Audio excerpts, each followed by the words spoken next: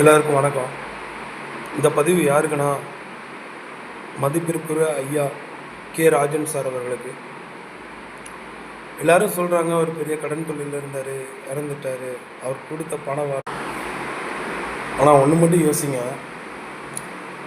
அவரோட பெத்த பிள்ளைங்க முதற்கொண்டு அப்பா இறந்துட்டார், தற்கொலை பண்ணிக்கிட்டாரு.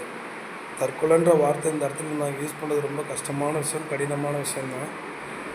அவரோட பெத்த பிள்ளைங்க முதற்கொண்டு யாராவது எங்கள் அப்பாட்ட பணம் வாங்கியிருந்தா நான் எப்படி திருப்பி கொடுத்துருக்கேன்னு தான் கேட்குறாங்களே ஒழிய, பெத்த அப்பாவுக்காக எங்கள் கவலைப்படுற மாதிரி யாரும் தெரில.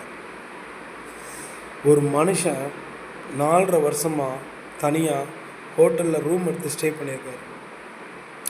அவரோட வலி எவ்வளோ இருக்குன்னு யாருமே பேச மாட்டாங்க, மீடியாவிலேருந்து யாருமே. கே. ராஜன் தற்கொலை பண்ணிட்டாரு, அவர் பணம் பல கோடி கடனில் இறந்து போயிட்டார், அப்படி தான் பேசுகிறீங்களே ஒழிய, தனிமை, முதிர்வு, 85 வயசு, நம்மளாலே தனிமையை தாங்கிக்க முடியாது. மனுஷன் 4.5 வருஷமாக அவரோட சோகத்தை கூட யார்ட்டையும் சொல்ல முடியாமல், அவரோட வருத்தத்தை கூட யார்ட்டையும் சொல்ல முடியாமல் இறந்து போயிருக்காரு. ஒரு மனுஷனுக்கு எவ்வளோ கொடுமை, அதுவும் மனைவி யாருமே கூட இல்லை, மனைவியும் இல்லை, மகனும் இல்லை, மகனும் இல்லை அப்படின்றப்ப எவ்வளோ கொடுமையாக இருக்கும். பொதுவாக அப்பாங்களுக்கு பெண் குழந்தைங்க மேலே ரொம்ப பிரியம்.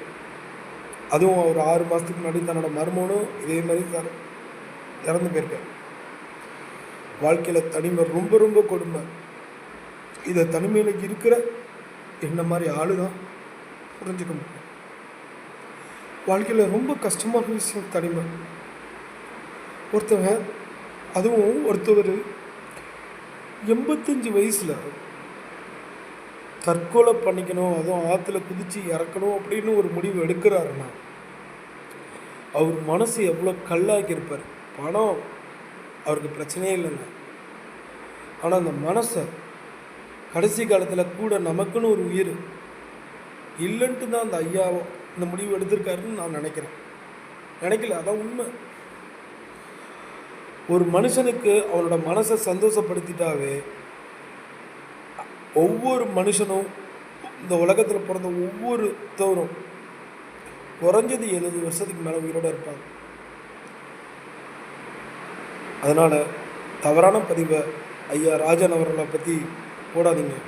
அவர் தன்னம்பிக்கையான ஆள், நம்பிக்கையான ஆள், கான்ஃபிடண்ட்டான பர்சன். அவரை இப்படி தற்கொலைன்னு சொல்கிற வார்த்தை எனக்கு கஷ்டமாக இருக்குது. அதுக்கு தான் இந்த பதிவை போடுறேன். தேங்க்ஸ்.